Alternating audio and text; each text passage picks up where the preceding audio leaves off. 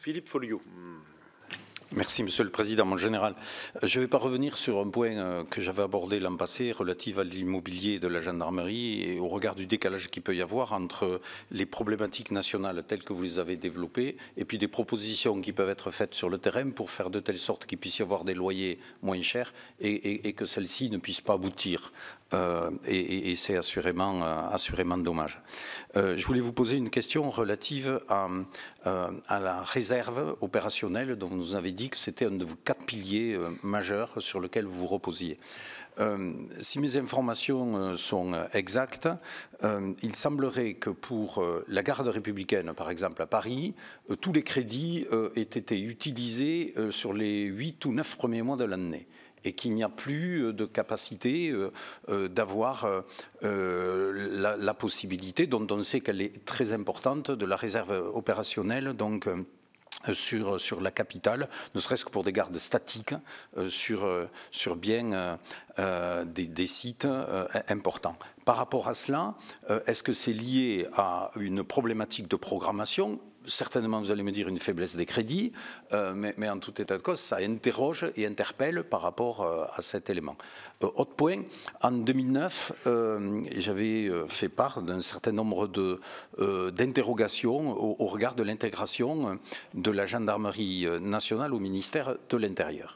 Dans le cadre des négociations internationales et notamment au niveau des enjeux relatifs à l'OTAN, par rapport aux évolutions budgétaires, donc nous avons une cible de 3%, et par rapport à cela, certains commencent à dire qu'il pourrait être intéressant de réintégrer la gendarmerie dans le périmètre du ministère de la Défense, ce qui aurait pour conséquence mécaniquement d'augmenter d'une dizaine de milliards d'euros donc la cible budgétaire par rapport à cet objectif de 3%. Est-ce que pour vous, sur un plan technique ou opérationnel, si décision politique était prise donc de réintégrer la gendarmerie dans le ministère de la Défense, et sachant que nous sommes tous très attachés au caractère militaire de la gendarmerie que vous avez su préserver malgré ce rattachement au ministère de l'Intérieur, est-ce que ceci est quelque chose qui fait partie des pistes de réflexion que vous pouvez avoir en interne au cas où une décision politique serait prise dans ce cadre-là? Merci.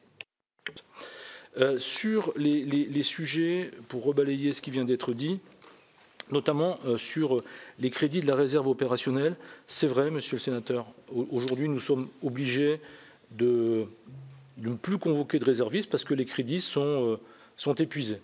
Ce n'est pas forcément un défaut de planification des crédits, mais étant donné le taux d'emploi de la gendarmerie mobile, j'ai dû faire des choix d'engagement de nos réservistes, notamment cet été, sur des compagnies de marche.